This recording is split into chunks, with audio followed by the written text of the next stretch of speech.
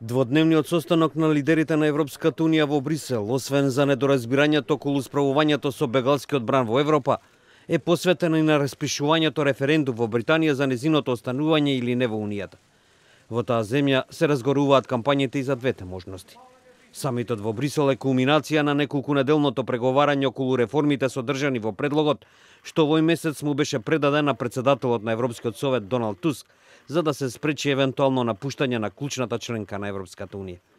Овој предлог за реформи во Унијата, со што ќе им се дозволи повеќе моќ на земјите членки, представува своевиден контрапотек на британскиот премиер Дејвид Камерон против домашните евроскептици.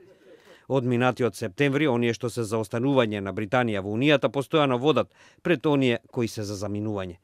Но односот од 55 спрема 51 насто во корист на првите постојано се намалува.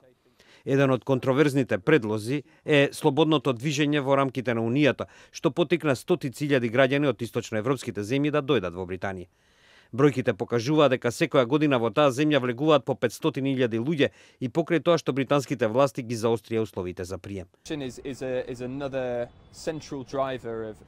Имиграцијата е вториот централен двигател на евроскептицизмот во Британија и некои луѓе сметаат дека нивото на имиграцијата е премногу високо.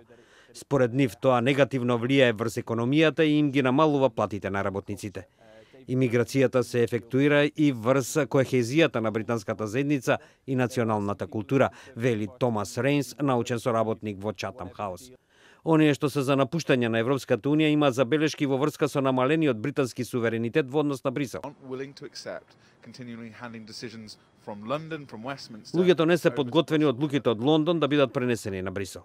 И овој референдум е во врска со преземање на контролата тие одлуки што влијаат врз нашиот секојдневен живот да ги носат луѓето кои ги избираме тука, вели Роберт Оксли, шеф за медиуми во кампањата против останувањето на Британија во Унијата.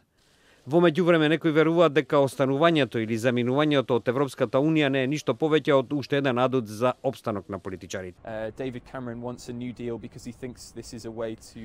Дејвид Камерон сака нов договор, бидејќи тој смета дека ова е начинот за да задржи заедно својата партија. Има некои луѓе во конзервативната партија кои ќе гласат за напуштање и без оглед на евентуален договор со Унијата.